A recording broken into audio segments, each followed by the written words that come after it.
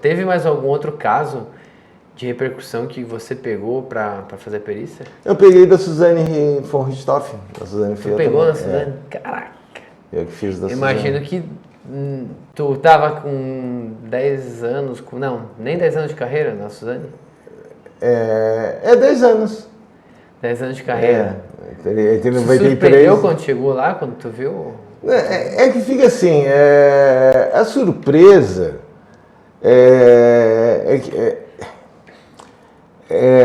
a forma como aconteceu. Então você imagina o seguinte, dentro de uma casa, uma residência de classe média alta, você pega umas vítimas, você acredita que elas teriam sido mortas ou alvejadas por arma de fogo, né, que seria o mais razoável. Não, Financeiramente eles eram bem de vida, né? tinha uma boa casa. Boa casa. Né? Tinha, assim, ele era um bem de vida, entende? Mas não assim que fossem ricos. O cara ganhava bem e tinha condição de ter uma mulher era psiquiatra, tinha uma boa casa, dava para viajar de vez em quando para o exterior, dar até mesada razoável para a filha, carro Classe zero. média alta. Classe média alta. E aí você começa a examinar as vítimas e ver que não foi feito por arma de fogo. Então, toda a forma de agir, o modus operandi dos autores... Como é que chegou para você? Vamos lá. Como é que chegou para você, do começo, o acionamento para perícia? Eu estava em Parelheiros, Certo. é o último distrito da Zona Sul. Para você ter uma ideia, assim, a base do distrito é 40 quilômetros de São Paulo, do centro de São Paulo. E estava numa rua de terra, Maçã do Barro, e ligaram para a delegada, dizendo, olha, tem um local duplo interno, rua tal. É a mensagem, né? Então você sabe que são duas pessoas dentro de uma casa, na rua. Na época, na Zacarias de Góes, vindo por uma avenida, a direita era Casas Boas e a esquerda tinha uma comunidade. E nós, espertos, né, fomos para a comunidade. E não fechou a numeração. Aí a gente foi para o outro lado, quando a gente chega já está a imprensa na porta. Nossa, a imprensa já... A imprensa já estava na porta, às 7h30 da manhã. Aí eu achei, olha pessoal, não esquenta a cabeça depressa, que antes do meio-dia a gente não vai sair daqui. Tudo isso? Eu saí de lá às 5 da tarde. Quase 12 horas de perícia. Por que teve que ser tanto? Na época, máquina analógica, Entendi. você tem que anotar tudo. Certo, não tinha máquina digital. Você começa assim. Então aí você tem uma... Não que se tivesse uma limitação, a gente tinha uma liberdade de usar quantas fotos fossem necessárias. Mas foram, acho que 150 fotos na época. Na época já era uma quantidade absurda de fotos. Hoje teria talvez 1.500 fotos. Então hoje a máquina digital te facilitou muita coisa. Então eu anotava tudo. Posição do sofá, cadeira, móvel, não sei o que, tudo anotado na mão. Não era nem celular, nem... Não, na mão. O celular era para falar. É verdade. Né? Não era smart, era só para ligar, não mandava mensagem, não tirava foto, não tinha nada. Né? Então a gente trabalhava nessa condição, né? Que faz a parte, né? A situação não tem que se reclamar ou não. Mas, e onde tem muito a experiência da gente. Então, quando eu vi que a execução do casal não foi por arma de fogo, tem... Você sabe, duas pessoas espancadas na cabeça. Tem que ser espancadas simultaneamente. Os dois na cama. Então tem mais de uma pessoa. Né? São pelo menos duas. Né? A forma como estava a bagunça, tinha dentro do closet do casal, tinha um fundo falso que foi achado. Quem sabe de um fundo falso num armário? Alguém da casa. Quem da casa? O casal estava morto. Tem 2 filhos e uma empregada. Um filho estava na lan house, que é o Andrés. Sobrou a empregada e a Suzane. A empregada investigaram, não tinha nada. Elas não estavam lá na hora? Não. Só estavam os mortos? Só os mortos. Certo. Que eles estavam no DHPP. O outro estava virando a noite na lan house jogando. Ele ficou até não sei que horas lá, porque a Suzane falou que eles iam comemorar o aniversário dela, então deixaram o Andrés numa lan house. Aí que ela estava sem dinheiro, então ela passou na casa para pegar o dinheiro e foram pro motel para comemorar o aniversário. Só que nesse ir pegar o dinheiro, eles pegaram e levaram junto o Christian, irmão do Daniel, para cometer o crime. E aí que eu brinco que eles foram para a delegacia e ficaram naquela de beijinho e abraço. Que os caras chegaram a chamar a atenção, mas você está na delegacia. Então você começa a ver todo o comportamento assim anormal, principalmente dela. E aí até... De love, depois os pais morreram, ela de love... De love na delegacia. Não condiz com o que acabou de acontecer. E o Daniel com o álibi perfeito, né? Ele levou a nota fiscal do motel. Para dizer que ele estava no motel, tem aqui a nota fiscal. Né? Se a gente entrar no motel e pedir nota fiscal, a atendente vai achar que é um objeto erótico novo, que ela não conhece. Né? Quem é que pega nota fiscal de motel? Alguém já pegou nota fiscal de motel? Comenta aqui embaixo se você já pediu nota fiscal. Foi a nota fiscal 001. Porque não tem cabimento. Isso era um álibi que ele levou, apresentou a nota.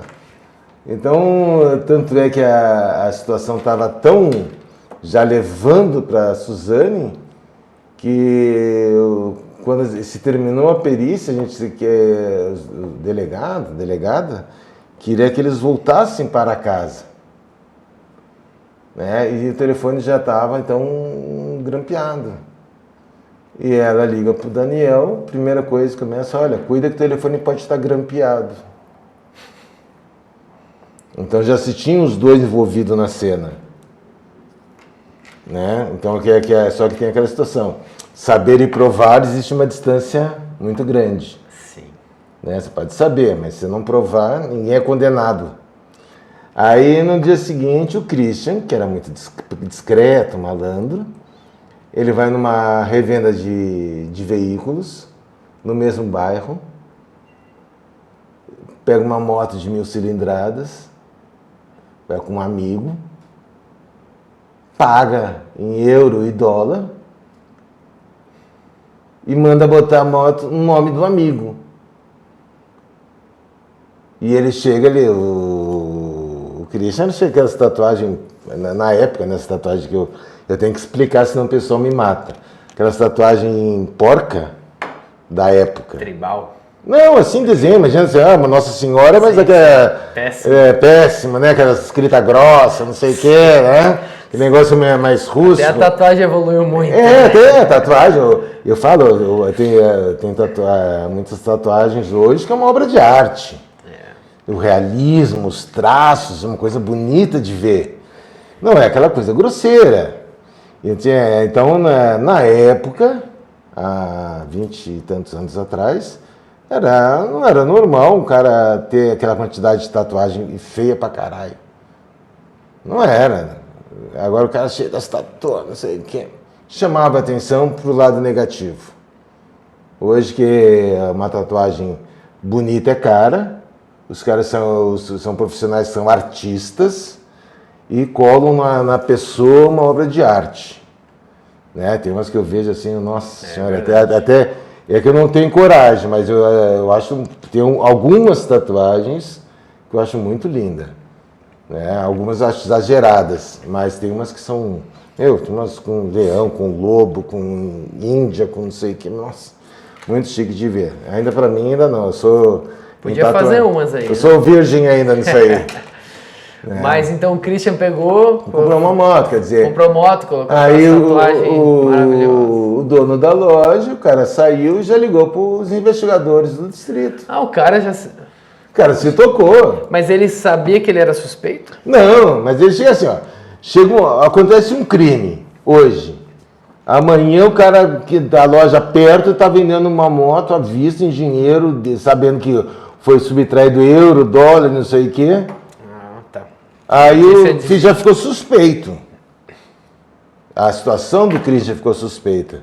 Aí o cara liga pro distrito, ó, apareceu um cara assim, assim, assado. Vai ver o que é. Ele é irmão do Daniel. Que tá já suspeito no crime. Quer dizer, o idiota se matriculou na situação. Porque se sabe que é pelo menos 2 pessoas, mas não se tem, provavelmente, Suzane e Daniel. Né? As 2 pessoas. Sim. Aí de repente aparece o irmão dele com dinheiro que era o Christian era o Zé Ruela, era um malandro, vai tirar tipo assim, uma moto 1000, vai lá, eu vou chegar com 60 mil reais hoje numa revenda, vou pagar em cash, uma moto usada. Meu, se eu vou todo arrumadinho é uma coisa, agora se eu vou todo aspecto de ladrão... Ele deve ter achado que agora é minha hora de curtir a vida, agora é hora de eu ostentar, de eu ser feliz. Eu cheguei a ver a moto, até tirei uma foto na época em cima da moto dele. Deu uma zoada. Não, só tirar foto, né? Essa não dava para dar uma volta. cheguei a ver ela lá no DHPP. Mas aí o Cris se matriculou na história. E aí, tanto é que o crime foi, se não me engano, de quarta para quinta-feira. Na sexta-feira, no sábado, ela comemora aniversário, em festa. Ela vai curtir. Foi curtir a festa, né? Aí, tudo de boa. E na sexta-feira da outra semana, eles já foram recolhidos ao DHPP e deu aquela conversa com os investigadores. Começou a pegar contradição de um, do outro, até que eles acabam confessando. Também, eu vejo que também quando a pessoa confessa, ela não confessa 100%, né? Ela confessa que mais ou menos tentando justificar o ato dela. Claro, mas quando você tem, como no caso, você tem 3 autores, você pega os polícia conversando com os 3 autores, você vai ver o que está de errado de um com o outro. Uhum. Aí um fala uma coisa, mas não foi isso, porque ele falou outro diferente. Aí começa. Entende? Então você consegue jogar e obter uma situação bem próxima do real. E aí, tanto é que depois, em seguida, se marcou a reprodução simulada, até pelo caso em si, embora tivesse muitas divergências, era muito, muito pouco, era um outro detalhe que não alterava a situação em si. Foi feita uma reprodução uma com a Suzane, uma com o Daniel e outra com o Christian. Foram feitas individuais. Até porque parte da cena, vamos dizer, enquanto o Christian e o Daniel estariam no andar superior, a Suzane estava embaixo.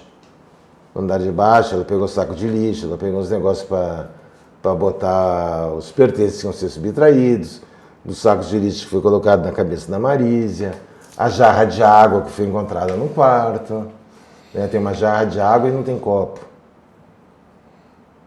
Entende? Fica estranho. Aí o Manfred com uma toalha no rosto e tinha assim, meio molhado assim, a parte de cima do pijama dele. Então, o que aconteceu? Quando o Daniel atingiu o Manfred, ele teve uma lesão aqui atrás na vertical e a pancada foi tão violenta que trincou o crânio na horizontal. Então, eu diria que ele teve ou uma morte cerebral, já de imediato, ou um coma profundo pré-morte. Então, né, dentro dessa situação, a pessoa continua respirando, né, porque por causa do diafragma, e com relaxamento da glote, fica aquele tipo de ronco, que não parava. Então, eles tentam matar ele de novo, asfixiando ele com uma toalha com água. Barbaridade. Então foi assim, um crime assim, bem punk também. Tu pensa como é que é a mente, né? Tu pega uma pessoa tem essa ideia, beleza, aí você pega 3 pessoas que acham legal e concordam com essa ideia e uma delas é a filha. Então, mas É muito louco, né? É que a Suzane, o que acontece? O pessoal fala que ela é dominadora. Eu digo que ela é muito pior que isso. Ela é sedutora. Ela seduz as pessoas. Ela convence as pessoas daquilo que ela quer. Então, tanto é que estão para fazer, se viu uma propaganda que ela vai fazer um filme. Já teve a série, né? A série não, a série foi com a Elise. É que fica o seguinte, a menina que matou os pais, ou o menino que matou meus pais, o que acontece? Foram 2 versões que foram baseadas nos depoimentos do julgamento. Tá? Então a gente não pode esquecer que durante um julgamento que passou algum tempo entre o crime e o julgamento, ali no julgamento tem muita parte que foi falada que é orientação dos advogados. O réu pode mentir no Brasil, não é crime. Né? Nossas leis. Então, vamos dizer, ali tem os advogados falando, orientaram eles. Então, quer dizer, então não é uma história real. Se me perguntarem qual é a que mais se aproxima da realidade, eu diria a versão do Daniel, no meu entender. Se aproxima mais da realidade que a versão da Suzane. A versão da Suzane é fantasiosa demais. Tanto é que situação. Agora vai estar para ser lançado um outro filme da Suzane, que seria A Confissão. Tá para ser lançado e a qualquer momento vai estourar aí. Então, isso aí é uma outra versão que não entra nenhuma participar, não entra o julgamento. Então, o que aconteceu antes até a confissão. Né? Então vamos ver como é que vai sair direitinho esse filme. E com relação a Elise, que foi feita aquela série, 4 capítulos, né, na Netflix, que o pessoal fala assim, o filme da Elise, eu digo romance da Elise, romancezinho de 5ª categoria, porque fala com respeito a um trabalho investigativo. E eu digo assim, um trabalho investigativo, no mínimo, ele tem que ser imparcial. Não vai fazer um trabalho investigativo querendo dizer que a Elise é uma santa, que ela foi uma vítima da sociedade. Não dá, né? Aí eu falo assim, porque eu fui abusada pelo meu padrasto na minha adolescência. 70%, 80% dos estupros são cometidos contra adolescentes. E quase sempre por gente de dentro de casa ou conhecida. Então não tenta me justificar. Porque eu tive uma vida difícil quando saí. A vida é difícil para todo mundo. Mais de 90% dos brasileiros têm uma vida difícil. Então, se ela escolheu trabalhar como prostituta, foi a opção dela. Não tem nada contra.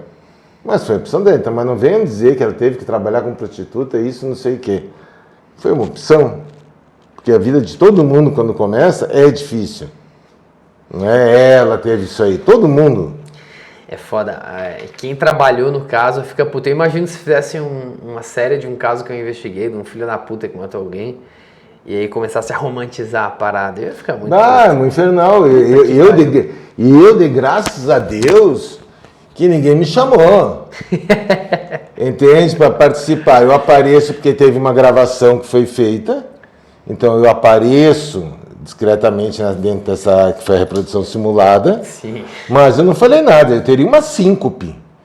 Se eu tivesse falado alguma coisa lá e iam distorcer a minha posição para tornar ela uma vítima da sociedade. O problema dela era financeiro. Matou o Marcos por dinheiro. Esse que foi o crime. Sim. Foi de uma emboscada? Foi. Por dinheiro. Ela estava puta da vida com o Marcos, porque ele estava traindo com uma outra prostituta E ela estava vendo a história que ela participou de uma forma onde ela seria a vítima. Ele saindo com uma prostituta, pagando uma fortuna para a prostituta tirar o site dela do ar. Coisa que ela já foi. Que ela foi ela com antes, ela, né? exatamente. Então ele já estava sabendo, agora eu vou ser descartada e eu vou receber uma pensão, vamos dizer, entre aspas, miserável. Miserável por padrão de vida que ela tinha, né? Porque o Marcos, segundo informações, eu não posso dar assim com precisão, na época o Marcos pagava para a primeira esposa dele em torno de R$6.000 de pensão. Hoje, vamos dizer, seria 10, 12 mil. Só que uma garrafa de vinho que ela tomava era 6 mil. Ela toma uma garrafa de vinho e vive como? O mês inteiro, ela e a cria. Entendeu? Então, dentro do padrão de vida que ela tinha, ela não ia conseguir viver. Não ia conseguir reduzir o padrão. Então mata ele e pega a parte da fortuna que ele tinha. Então, esse foi o objetivo dela, tá claro isso, tá claro. Né? Tanto é que tá tão claro, né, que, vamos dizer, o advogado, não sei exatamente como é que foi pago, porque ela não tinha onde cair morta.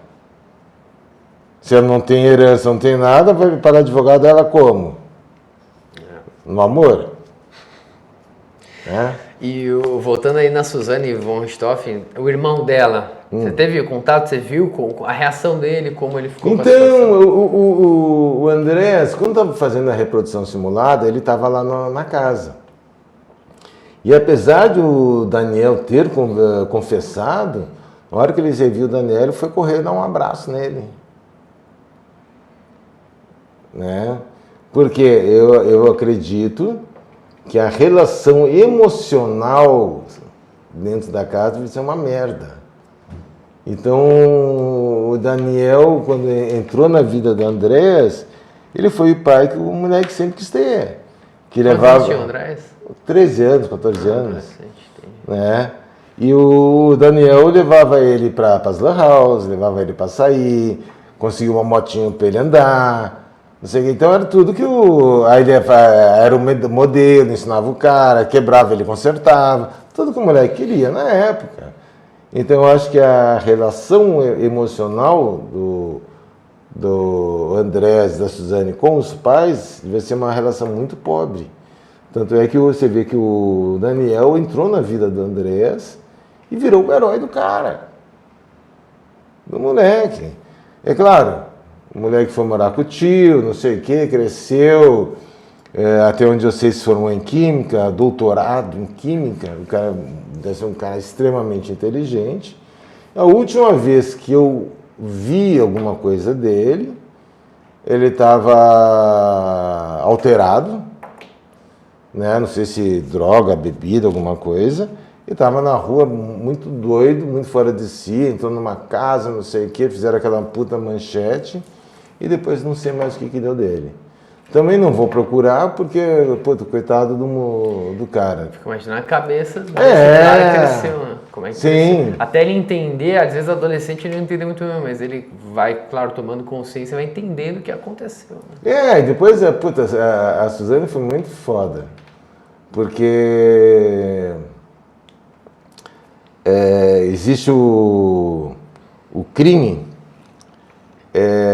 nesse caso que ela cometeu, mas é morte dos pais, por questão de herança, a pessoa pode ser julgada indigna. O que é indigna? A pessoa não tem direito à herança porque cometeu o crime com essa intenção. Então,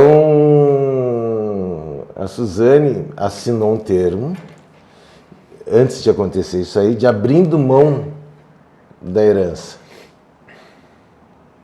Tá?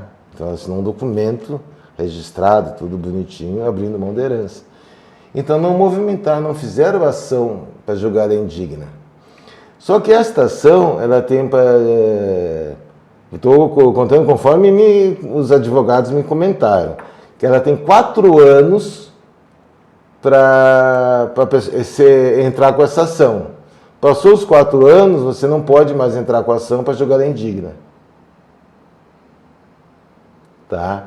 Então ela esperou passar esse tempo, 4, 5 anos, entrou com uma ação para tornar o ato dela, a Bíblia, uma herança, inválido. Olha só. Tá? Então, para te ver. Então ela tentou, só que o juiz negou.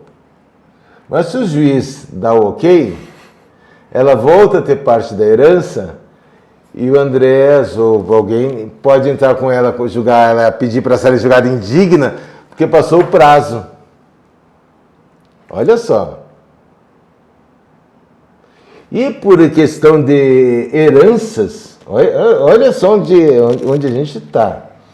O Andrés correria risco de vida, porque ela perdeu a herança dos pais. Está tudo com o Andrés. Se teoricamente o Andrés morrer, ela recebe a herança do Andrés, que é do Andrés. E não dá para duvidar. Entendeu? Não vamos dizer nem que ela vai matar ele, né? Eu digo, se ele morre. Né? Então, para bom entendedor, né? Eu não posso dizer que ela vai... Duvidar. E aí... Ela não foi solta ainda, né? Ah, mas tá quase, né? Tá quase. Ela tá 20 anos, hein? Já. Não, ela foi solta sim. Essa aí também. Mas foi condicional, não foi, mas ela para voltar foi saidinha, não foi? Não, Deixa eu pesquisar aqui. eu acho que ela tá solta. Deixa eu pesquisar aqui. Ela já faz 20 anos.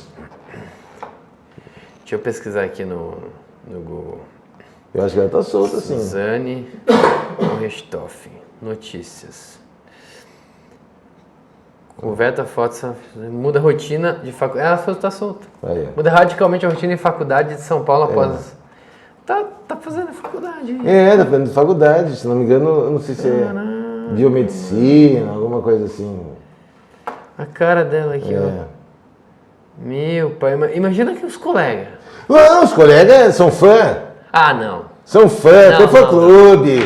Tem cara que fala, comentava, o pessoal pedindo autógrafo. O certo era ela ser escorraçada.